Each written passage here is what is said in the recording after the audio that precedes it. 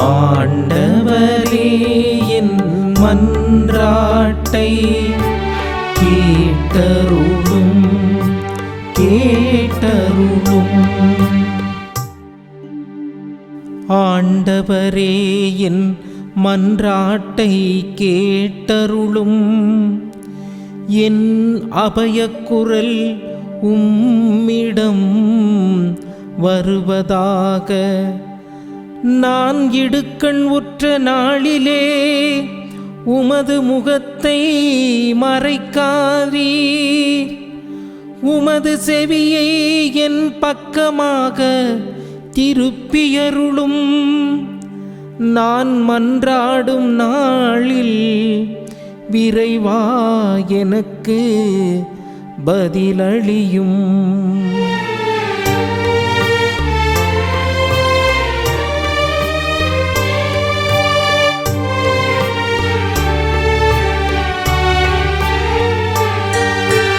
ஆண்டவரே என் மன்றாட்டை கேட்டருளும் கேட்டருளும். ஆண்டவரே என் மன்றாட்டை கேட்டருளும் கேட்டருளும். வேற்றினத்தார் ஆண்டவரின் பெயருக்கு அஞ்சுவர். பூவுலகின் மன்னர் யாவரும் அவரது மாட்சியைக் கண்டு மருள்வர். ஏனெனில் ஆண்டவர் சீயோனை கட்டியெழுப்புவார். அங்கு அவர் தம் மாட்சியுடன் திகழ்வார்.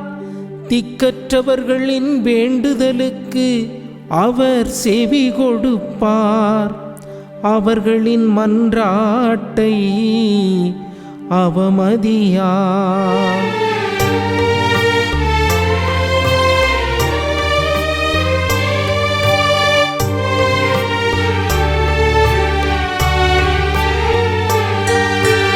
ஆண்டவரே என் மன்றாட்டை கேட்டருளும் கேட்டருளும்.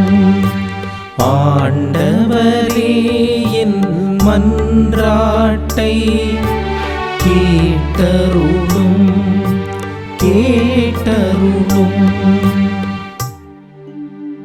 இனி வரவிருக்கும் தலைமுறைக்கென இது எழுதி வைக்கப்படட்டும். படைக்கப்படவிருக்கும் மக்கள் ஆண்டவரை புகழட்டும். அவர் விண்ணுலகினின்று வையகத்தை கண்ணோக்கினார். அவர் சிறைப்பட்டோரின் புலம்பலுக்கு செவிசாய்ப்பார். சாவுக்கென குறிக்கப்பட்டவர்களை விடுவிப்பார். சாவுக்கென குறிக்கப்பட்டவர்களை விடுவிப்பார்.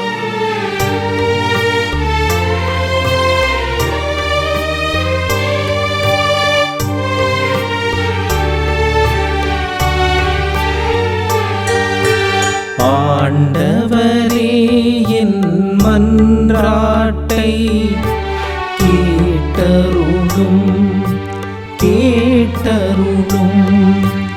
ஆண்டவரே என் மன்றாட்டை கேட்டருளும் கேட்டருளும். இயேசு அன்புக்குரிய சகோதர சகோதரிகளை, ஆண்டவர் இயேசு கிறிஸ்துவின் பெயராலே காலை வணக்கத்தை தெரிவித்துக் கொள்கிறேன். இந்த அருமையான நாளில் பதிலுரை பாடலாக நமக்கு கொடுக்கப்பட்டிருப்பது திருப்பாடல் 102. இந்த திருப்பாடலினுடைய மைய செய்தி என்ன என்று பார்க்கிற பொழுது, துயரத்தில் இருக்கிற ஒரு மனிதர் ஆண்டவருடைய விசுவாசத்தில் தன்னை ஒப்புக் கொடுக்கிற பொழுது தன்னை மீண்டும் ஆண்டவர் உயர்த்துவார். தன்னுடைய இந்த துன்பகரமான நிலையிலிருந்து ஆண்டவர் விடுவிப்பார் என்பதை இந்த திருப்பாடல் மையப்படுத்தி அமைந்திருக்கின்றது. அன்புக்குரியவர்களே, இந்த திருப்பாடலில் இன்னைக்கு நமக்கு கொடுக்கப்பட்டிருக்கிற பதிலுரை பாடல் பல்லவி, ஆண்டவரே என் மன்றாட்டை கேட்டருளும். அன்புக்குரியவர்களே, பழைய ஏற்பாட்டில் பார்த்தோம் அப்படின்னா யோபு என்கிற மனிதர் அவர் பல்வேறு சோதனைகளுக்கு உட்படுத்தப்பட்ட சூழ்நிலையிலுமே ஆண்டவர் மீது நம்பிக்கை கொண்டு தன்னுடைய துயரங்களிலிருந்து இறைவன் நிச்சயம் விடுவிப்பார் என்பதை உறுதியாக நம்பினார். ஆண்டவர் எனக்கு எல்லாவற்றையுமே கொடுத்தார், ஆண்டவர் இந்த துன்ப சூழ்நிலையிலும் என்னை பாதுகாப்பார், எனவே நான் நம்பிக்கையிலிருந்து பிறழ்ந்து போக மாட்டேன், தொடர்ந்து நான் ஆண்டவரை நம்புவேன், அப்பொழுது ஆண்டவர் எனக்கு உரிய நீதியை நிச்சயம் நிலைநாட்டுவார் என்று யோபு அந்த நூல் எடுத்துச் சொல்கின்றது. அதுபோல இன்னைக்கு திருப்பாடல் 102 அதே ஒரு கருத்தை தான் சொல்கிறது. அதாவது துன்பத்தில் இருக்கிற ஒரு மனிதர் மீண்டும் தன்னுடைய வாழ்க்கையில ஆண்டவர் அற்புதத்தை செய்வார், தன்னை மீட்பார், இந்த துன்பத்திலிருந்து விடுவிப்பார், நல்ல ஒரு சூழ்நிலைக்கு ஆண்டவர் மீண்டும் தன்னை உணர்வார் என்ற ஒரு நம்பிக்கையை கொடுக்கக்கூடியதாக இந்த திருப்பாடல் இருக்கிறது. இந்த பல்லவி, ஆண்டவரே என் மன்றாட்டை கேட்டுள்ளோம், ஏனென்றால் நான் துன்பத்தில் இருக்கிறேன், என்னுடைய துன்பத்தினுடைய குரல் உம்முடைய செவிகளை எட்டுவதாக. எனவே ஒரு தனிப்பட்ட மனிதர் தன்னுடைய வாழ்க்கையில பல்வேறு கஷ்டங்களை அனுபவிக்கிற பொழுது புலம்புவாங்க. நிறைய மனிதர்களை நம்ம பார்க்கிற பொழுது அவங்க தன்னுடைய வாழ்க்கையில் இருக்கிற கஷ்டங்களை நினைச்சு அவங்க புலம்பிட்டே இருப்பாங்க. அவங்க நடக்கிற பொழுது கூட சில நேரம் நம்ம பார்ப்போம், புலம்பிக் கொண்டே போவார்கள். ஏன்னா அவங்க மனசுக்குள்ள அவ்வளோ வேதனைகள் இருக்கும், அதை நினைத்தவர்கள் புலம்பிக் கொண்டே இருப்பார்கள். அல்லது எதிர்காலத்தை பற்றிய கவலைகளாக இருக்கலாம், பல்வேறு விதமான சோதனைகளாக இருக்கலாம், அதை நினைத்தவர்கள் புலம்பிக் கொண்டு தானாக பேசிக்கொண்டு போவதை நாம் பார்த்திருக்கிறோம்.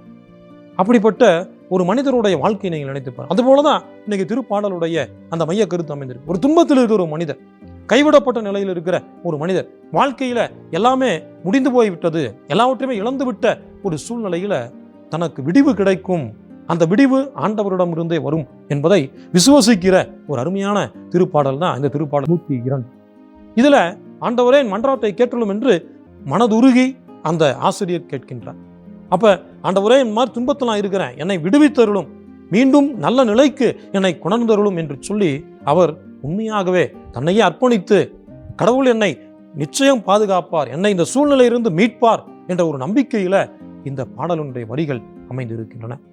அதனுடைய இந்த திருப்பாடலை எருசலேமினுடைய அந்த துன்ப சூழ்நிலைகள், எருசலேம் கைவிடப்பட்ட அந்த சூழ்நிலை, எருசலேமினுடைய மக்கள் கைவிடப்பட்ட சூழ்நிலை, அடிமைகளாக வாழ்ந்த சூழ்நிலை, எல்லாவற்றோடும் ஒப்பிட்டு பார்க்கலாம். அந்த சூழ்நிலையில் கூட இந்த திருப்பாடல் எழுதப்பட்டிருக்கலாம். ஆனால் இன்றைக்கும் இந்த திருப்பாடல் ஒரு தனிப்பட்ட மனிதருடைய வாழ்க்கையோடு ஒன்றி போகின்றது. ஏனென்றால் நம்முடைய வாழ்க்கையிலும் பல்வேறு சூழ்நிலைகளில் இந்த மாதிரி இந்த திருப்பாடலுடைய ஆசிரியருடைய வரிகளுக்கு ஏற்ப நம்முடைய வாழ்க்கையும் இருக்கிறது. நம்முடைய வாழ்க்கையில் நம்முடைய எதிர்காலத்தை பற்றிய கவலைகள், அல்லது குடும்பத்தை பற்றிய கவலைகள், அல்லது பல நேரங்களில் பிள்ளைகள் தவறான ஒரு சூழ்நிலைகள் இருக்கிற பொழுது அவர்களை பற்றிய கவலைகள், உள்ளத்தினுடைய பாரங்கள், இதெல்லாம் இருக்கிற பொழுது நம்ம யாரிடம் சென்று கேட்போம்? ஆண்டவரிடமே முறையிட முடியும். அதான் சொல்லுவாங்க, கைக்கு மீறிய காரியங்களை ஆண்டவருடைய கரத்தில் தான் நம்ம ஒப்புக் கொடுக்கணும். ஏனென்றால் விடுதலை ஆண்டவரிடம் இருந்தே வரும். ஆகவே நாம் செய்ய வேண்டியது என்ன? நம்பிக்கையோடு அந்த ஆண்டவர் நோக்கி குரல் எழுப்ப வேண்டும். அந்த குரல் தான் என்னுடைய இன்னைக்கு அந்த பதிலுரை பண்ண பல்லவியாக இருக்கு. ஆண்டவரே என் மன்றாட்டுக்கு செவிசாய். ஆமாம் ஆண்டவரே, இந்த துன்பத்தில் இருக்கிறேன், இந்த வேதனையில் இருக்கிறேன், மனதில் பாரம் இருக்கிறது, இந்த பாரத்தை எல்லாம் உம்முடைய பாதத்தில் நான் இறக்கி வைக்கிறேன், எனக்கு இந்த சூழ்நிலையில் நீர் செவிசாய்த்து எனக்கு விடுவித்தரலும். பழைய ஏற்பாட்டில் விடுதலை பயன் நூலில் நம்ம பார்க்கின்றோம், 3ஆம் அதிகாரத்தில் இஸ்ராயல் மக்கள் எகிப்தில் கஷ்டத்தில் இருந்த பொழுது, கஷ்டப்பட்ட பொழுது அவர்கள் ஆண்டவரை நோக்கி குரல் எழுப்புகிறார். அப்ப ஆண்டவருடைய பதில் உடனடியாக வருகிறது. எகிப்தில் என் மக்கள் படுகிற துன்பத்தை என் கண்களால் கண்டேன் என்று சொல்கிறார். அப்ப ஒரு மனிதர் துயரத்தில் இருக்கிற பொழுது அவர் ஆண்டவரை நோக்கி முறையிடுகிற பொழுது அவருடைய குரல் ஆண்டவருடைய செவிகளுக்கு எட்டுகிறது. அதைத்தான் இன்றைய திருப்பாடல் சொல்வது. ஆண்டவரே என் மன்றாட்டு உம்மை நோக்கி எழுவதாக, என் மன்றாட்டுக்கு செவிசாய்த்துள்ளோம் என்று சொல்லப்படுகிறது. எனவே இதை நம்முடைய வாழ்க்கையோடு நாம் ஒப்பிட்டு பார்ப்போம். நம்முடைய வாழ்க்கையோடு இந்த திருப்பாடலை ஒன்றிணைத்து பார்ப்போம். நம்முடைய வாழ்க்கையிலும் இதோ ஒவ்வொரு நாளும் நாம் சந்திக்கின்ற துன்பங்கள் ஏராளமாக இருக்கலாம், சவால்கள் இருக்கலாம், எதிர்ப்புகள் இருக்கலாம். இந்த சூழ்நிலைகளுக்கு மத்தியில் ஆண்டவர் இதிலிருந்து நமக்கு விடுதலை தர வேண்டும். இந்த துன்பத்தின் மத்தியிலும் ஆண்டவர் நமக்கு துணையாக இருக்க வேண்டும், நல்ல ஒரு வழிகாட்ட வேண்டும். இதிலிருந்து எப்படி விடுதலை பெற வேண்டும் என்கின்ற ஆவியானவருடைய ஆலோசனையை ஆண்டவர் நமக்கு தர வேண்டும் என்று சொல்லி நாம் ஒவ்வொரு நாளும் கேட்க வேண்டும். அதற்கு இந்த திருப்பாடல் நமக்கு ஒரு உதவியாக இருக்கிறது. எனவே நம்பிக்கையோடு நம்முடைய துயர சூழ்நிலைகளில் ஆண்டவர் நம்மை ஒப்புக் கொடுப்போம். ஆண்டவர் நம்மை விடுவித்து பராமரிப்பார். ஜெபிப்போமாக. அன்பு தந்தை இறைவா, அருமையான நாளிலே எங்கள் மன்றாட்டுக்கள் உம்மை நோக்கி வருவனமாக, எங்கள் விண்ணப்பங்களுக்கு செவிசாய்த்தருளும் என்று சொல்லி உடைய வேண்டுதலெல்லாம் ஒப்புக் கொடுக்கிறோம். ஆண்டவரே, எங்கள் துன்பங்கள், என்னுடைய சோதனைகள், கண்ணீர் அனைத்தையும் அறிந்தவராக நீர் இருக்கிறீர். எனவே அனைத்தையும் நாங்கள் உம்முடைய பிரசன்னத்தில் தாழ்த்தி நம்பிக்கையோடு ஒப்புக் கொடுக்கிறோம். நீர்தாமே எங்களுக்கு நல் வாழ்க்கையை தந்து தூய ஆவியானவருடைய ஆலோசனைகளை தந்து நல்வழி காட்ட வேண்டுமாய் ஆண்டவராகிய இயேசு கிறிஸ்து வழியாக உம்மை பார்த்து மன்றாடுகின்றோம். ஆமென்.